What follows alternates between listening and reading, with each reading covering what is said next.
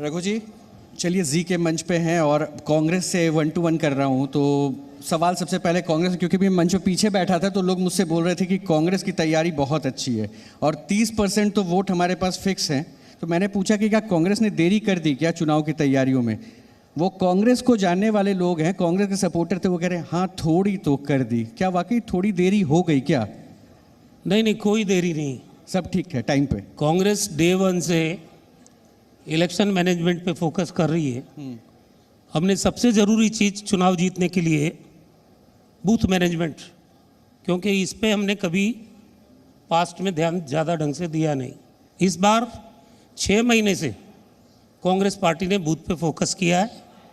हमारे BLAs, जनमित्र, हर booth के ऊपर 20 से 25 लोगों की टीम, पूरे गुजरात में करीब 52,000 बूथ है, हमने वहाँ पर अपना कैडर खड़ा किया है।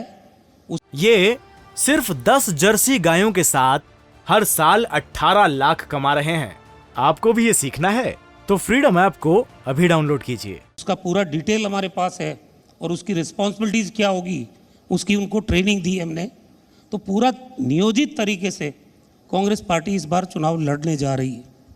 अभी आपके आने से पहले आम आदमी पार्टी के चेहरे के तौर पे जो बात कर रहे थे राघव चड्ढा, उन्होंने एक बात कही कि कांग्रेस तो अब खत्म हो चुकी, वो तो NGO है। तो मतलब क्या आम आदमी पार्टी की बात को कांग्रेस तवज्जो दे रही है क्या, इंपॉर्टेंस दे रही है क्या, फाइट में है क्या आम आदमी पार्टी?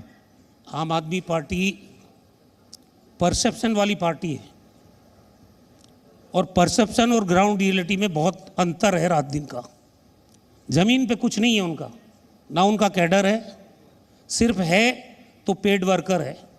पेड वर्कर से कभी पार्टियां नहीं चलती है, ना पार्टी कभी कामयाब होती है। हमारा जो डेडिकेटेड वर्कर है ग्रास रूट पे, वो मुकाबला कर रहा है भारतीय जनता पार्टी के साथ। और एक बात साफ कह दूं कि आम आदमी पार्टी को कोई गुमान नहीं होना चाहिए, कोई घमंड नहीं होना चाहिए। मुझे एक सीट बताए पूरे गुजरात में जहाँ पे वो मुकाबले में है और वो जीतने की स्थिति में, एक सीट। यहाँ तक कि उनका मुख्यमंत्री का उम्मीदवार यशोदान गढ़वी जी हैं, आप उनसे पूछो वो कौन सी पोजीशन पे है। बड़ी बड़ी बातें करना, कॉरपोरेशन का चुनाव नहीं है ये, गुजरात का भविष्य का चुनाव है, ये गुजरात की विधानसभा का चुनाव है। और ये बाकी राज्यों में भी गए ना, गोवा में क्या हुआ, उत्तराखंड में क्या हुआ। एक इंडिपेंडेंट आदमी जितना वोट लेता है उतना आम आदमी पार्टी के पास वोट आया। पंजाब की परिस्थिति अलग थी जिसके दम पे ये गुजरात में आए। और मेरा सवाल है कि पंजाब में ये प्रमुख विपक्षी पार्टी थी, कांग्रेस वहाँ सत्ता में थी, अकाली दल को लोगों ने बहुत बार मौका दिया, कांग्रेस को बहुत बार मौका दिया, एक परिवर्तन के नाम पे लोगों को उम्मीद जगाई और वहाँ ये कामयाब हो गए। तो फिर ये जो पड़ोस में राज्य इनका, जहाँ गुजरात के साथ चुनाव हो रहे हैं, वहाँ से पैकअप क्यों करके आ गए हैं? रैलियाँ की थी वहाँ भी उम्मीदवार उतारे थे हिमाचल में, वहाँ से पैकअप करने का कारण क्या है? और अब गुजरात से धीरे धीरे पिछले 15 दिन से ये पैकअप कर रहे हैं। इसका मतलब है पार्टी सिर्फ शो बिजनेस में है, परसेप्शन बनाने में केजरीवाल जी का मुकाबला नहीं है। अब गुजरात के अंदर आके वो कह रहे हैं, जिस पार्टी का 2017 में वोट शेयर 41% था कांग्रेस का, वो कह रहे हैं यहाँ 5 सीट से कम आएगी, मैं लिख के दे दूँ। तो मैंने कल कहा कि मैं लिख के दे देता हूँ कि तुम्हारी 1 सीट नहीं आएगी गुजरात के अंदर। इस लिखावट का क्या है? ये बड़ी बड़ी बातें नहीं करनी चाहिए। मुझे तो लग रहा है रघु जी, अगर आपने इतनी बड़ी बड़ी बातें और इतनी लंबी देर तक आपने वक्त लेकर बोला आम आदमी पार्टी को लेकर, तो यानी आप चैलेंज तो मान रहे हैं? कोई चैलेंज नहीं। यहाँ मुकाबला 8 तारीख को परिणाम आएगा, कांग्रेस और बीजेपी के बीच में मुकाबला है। धरातल पे कुछ है ही नहीं आम आदमी पार्टी का, मैं आपको बोल रहा हूँ। सिर्फ आप होर्डिंग लगा दो, परसेप्शन बिल्डअप कर दो मीडिया के माध्यम से, उससे कभी भी आप चुनाव नहीं जीत सकते। धरातल पे आपका कैडर कहाँ है? यहाँ तो 27 साल हो गए, कांग्रेस पार्टी का कैडर आज भी गुजरात के हर बूथ पे, हर ब्लॉक में, हर जिले में मौजूद है और वो लड़ाई लड़ रहा है। यहाँ विपक्ष की भूमिका किसने निभाई 5 साल? सिर्फ और सिर्फ कांग्रेस पार्टी ने। ये चुनावी पार्टियां हैं और मैं तो यहाँ तक कहता हूँ कि ये प्लांटेड है बी टीम है बीजेपी की, चाहे MIM हो चाहे आम आदमी पार्टी हो। ये लोग चुनाव के दौरान इस्तेमाल करने वाली पार्टियां हो गई है ताकि ये कितना डैमेज कांग्रेस को करे उस रणनीति के तहत लाए जाते हैं। अच्छा, तो इतने जो कॉन्फिडेंट आप दिख रहे हैं, यही वजह है कि राहुल गांधी इस बार अभी तक गुजरात नहीं पहुंच पाए? क्यों? राहुल गांधी कन्याकुमारी से लेकर कश्मीर तक, तो चुनाव तो गुजरात आज में है जो ना सर? देश में, देखिए यही फर्क है बीजेपी और कांग्रेस में। अगर हमारी जगह बीजेपी होती तो यात्रा निकालती गुजरात से, हिमाचल से, लेकिन आज देश में जो हालात बने हैं, नफरत का वातावरण है, एक भय का वातावरण है, महंगाई चरम सीमा पे है, अर्थव्यवस्था आज वहाँ मुँह गिरी हुई है। जो लोग कहते थे ना कि अगर डॉलर के मुकाबले रुपया गिरता है तो देश की इज्जत गिरती है, आज उन लोगों को खामोशी के साये में क्यों रहना पड़ता है? देश की अर्थव्यवस्था आज चर्चा में क्यों नहीं है? ये बिंदुओं को लेके, और आज कन्याकुमारी से लेके कश्मीर तक यात्रा कर रहे हैं, तो क्या गुजरात का आदमी सोशल मीडिया पर नहीं देख रहा? नहीं, मैं कितने लाखों लोग उनके साथ जुड़ रहे हैं। भारतीय जनता पार्टी, मैं समझता हूं, मुख्य मुद्दों पे बात करना ही नहीं चाहती। लेकिन रघु जी, ये बात तो आप मानेंगे ना कि पिछले चुनाव में सबसे टफ फाइट अगर कहा जाए तो कांग्रेस ने बहुत शानदार तरीके से फाइट दी बीजेपी के सामने, और उस वक्त क्रेडिट जाता है राहुल गांधी को।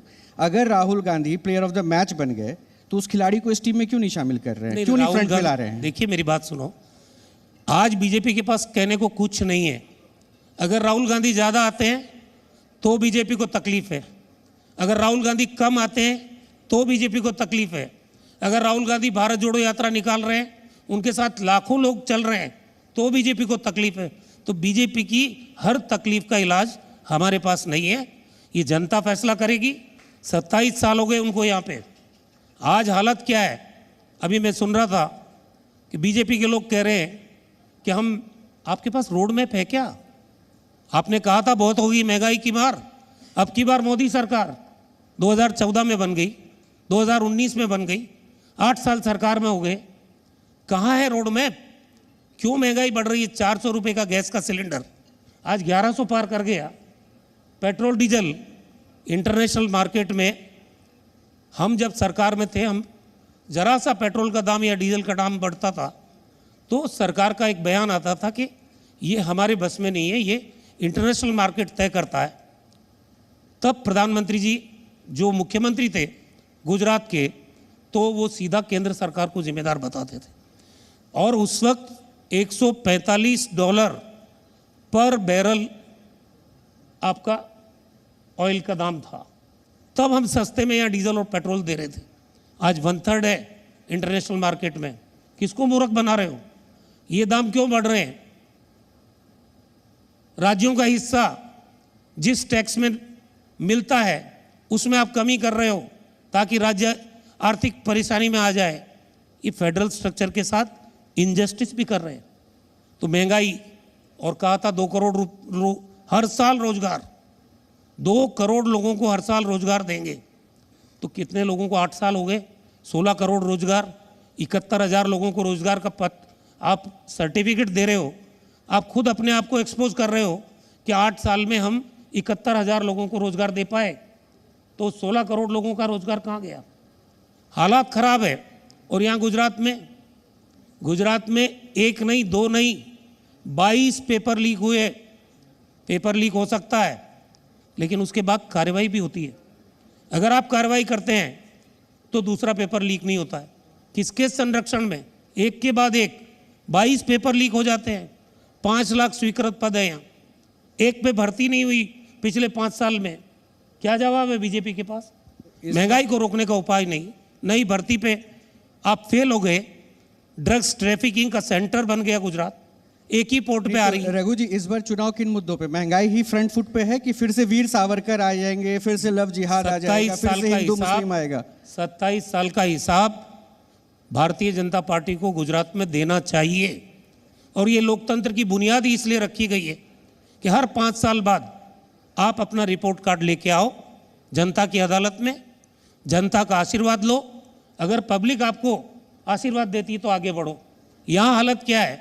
रिपोर्ट कार्ड तो है ही नहीं। हर बार नैरेटिव बनाया जाता चुनाव से पहले, मुझे नीच क्यों कहा, मैं मौत का सौदागर नहीं। इन चीज़ों से किसी के पेट में रोटी जाती हो, हाथ में रोजगार मिलता हो तो बता दो मेरे को।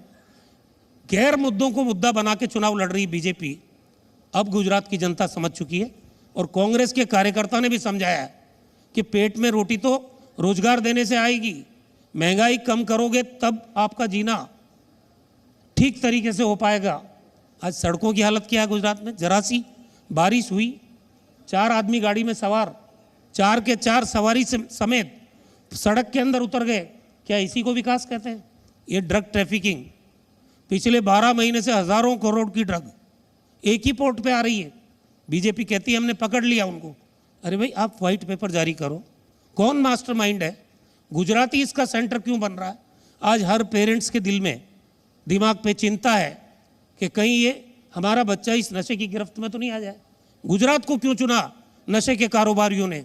और ये ड्राई स्टेट है ना, ड्राई स्टेट में वैसे तो शराब मिलना ही मुश्किल बात होनी चाहिए, लेकिन यहाँ पे एक कदम आगे, इलिसिट लिकर, जहरीली शराब से सैकड़ों लोग मर रहे हैं। किसका संरक्षण है भाई? बिना सरकार के शराब माफिया ये सब काम नहीं कर सकता। ये गुजरात को किस दिशा में ले जाना चाहते हैं? बेरोजगार को रोजगार नहीं दो। वहाँ गोडल में एक नौजवान ने आत्महत्या की, 4-5 बार उसकी फैमिली ने कोचिंग कराया उसको, वो कामयाब नहीं हुआ क्योंकि पेपर लीक होते गए। उसने सुसाइड नोट लिखा और सुसाइड नोट में लिखा है अपने फादर को कि मेरा फ्यूनरल मत करना, इससे जो पैसा बचे उससे मेरी बहन की शादी कर देना। ये सिर्फ 10 जर्सी गायों के साथ हर साल 18 लाख कमा रहे हैं। आपको भी ये सीखना है तो फ्रीडम ऐप को अभी डाउनलोड कीजिए।